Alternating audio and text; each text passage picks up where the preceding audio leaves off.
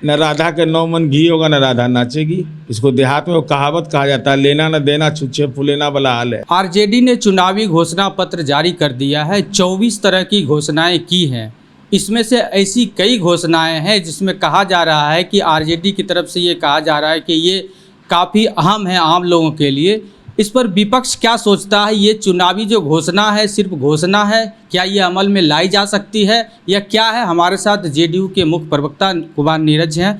नीरज कुमार जी, ये क्या घोषणा पत्र क्या कहा जाए?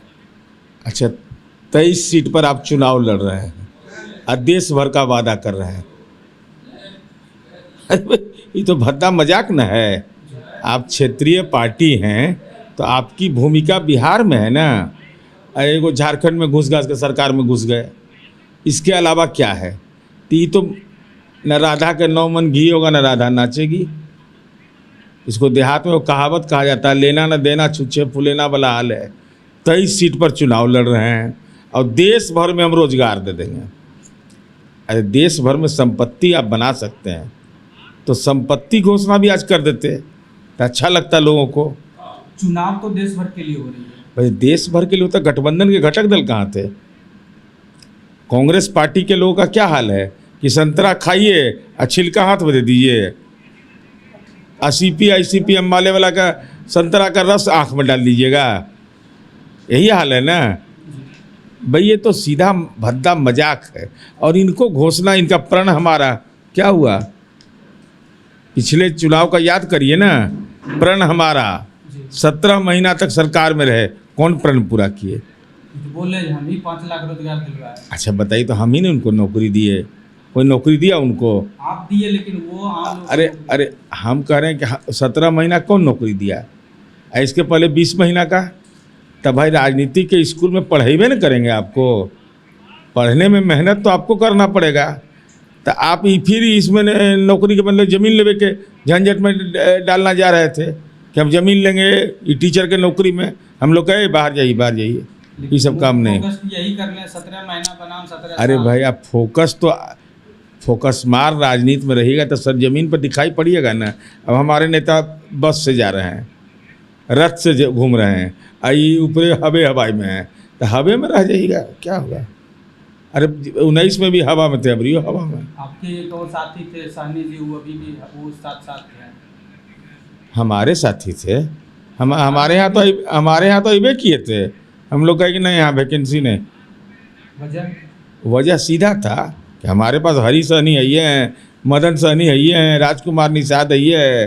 तो कब कहाँ जाएंगे कोई ठिकाना है? इसीलिए नवरात्रा के एक दिन पहले खिला दिए मछली, सेट कर दिए।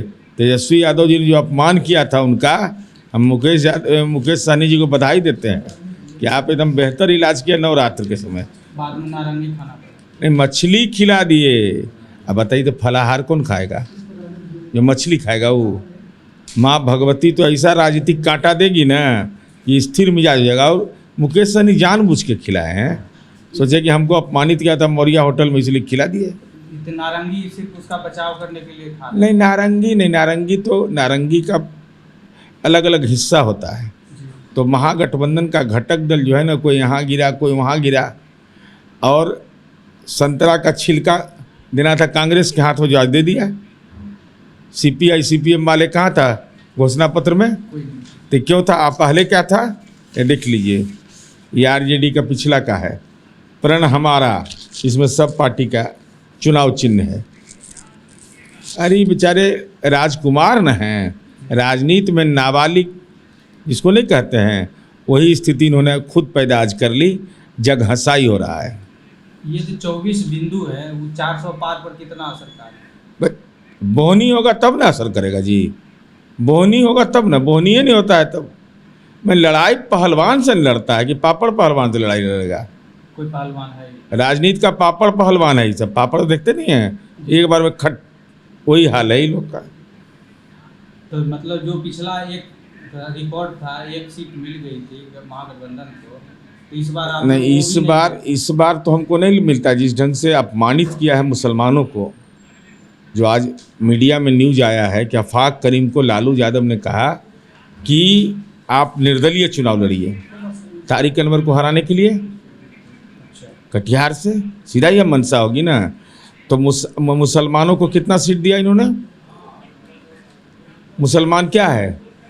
इस देश का नागरिक नहीं है, उसको हिस्सेदारी नहीं चाहिए, तो क्यों नहीं दिया आपने हिस्सेदारी?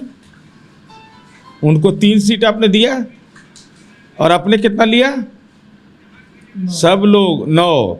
अति पिछड़ा को कितना दिया? 2। बाकी समाज में सब राजनीतिक झोलटंग है, सब हिसाब अदा कर दे।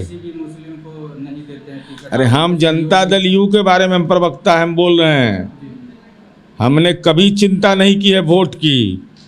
हमने अगर मंदिर की घेराबंदी की है तो कब्रिस्तान की भी घेराबंदी की है, चर्च की भी घेराबंदी की है।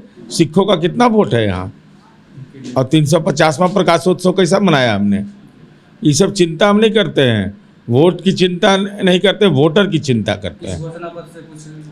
अरे संपत्ति पत्र रहता तब ना। अच्छा अब बताइए, है आपको ज़मीन? इतना ज़मीन है आपके पास? आपके चैनल के मालिक के पास होगा। खाली पटना में मेरे पास रिकॉर्ड है कि लालू जी के पास ज़मीन है 43 बीघा, 12 कट्ठा, 14 धूर और 16 धूर की। आपके मालिक के पास भी, जो चैनल का मालिक होगा उसके पास भी नहीं होगा। पटना का सबसे बड़ा जमींदार कौन? दलित पिछड़ा का नेता, फर्जी नेता लालू यादव। और उनका बेटा कौन? तेजस्वी यादव। तो राज बस वही है, लेना ना देना, छुच्छे फूले ना। मौके नहीं मिलेगा कभी तो इस पर बोल करके भी अपना समय जाया करना है। ये हैं नीरज कुमार जी, जिन्होंने कहा है कि घोषणा पत्र तभी वो लागू करेंगे जब उनके पास कुछ सीटें मिलेगी और उनकी सरकार बनेगी। और इनकी माने तो उनकी सरकार तो बन नहीं रही है, इसलिए जो भी है, जो मन में आया है वो घोषणा पत्र जारी किए हैं। हालांकि अब देखना है कि जो घोषणा पत्र है जिसमें दावे और दावे हो रहे हैं उस पर जनता किस रूप में लेती है। सहयोगी ऋतिक के साथ अरुण चौरसिया, पटना। खोज रहे हैं आप।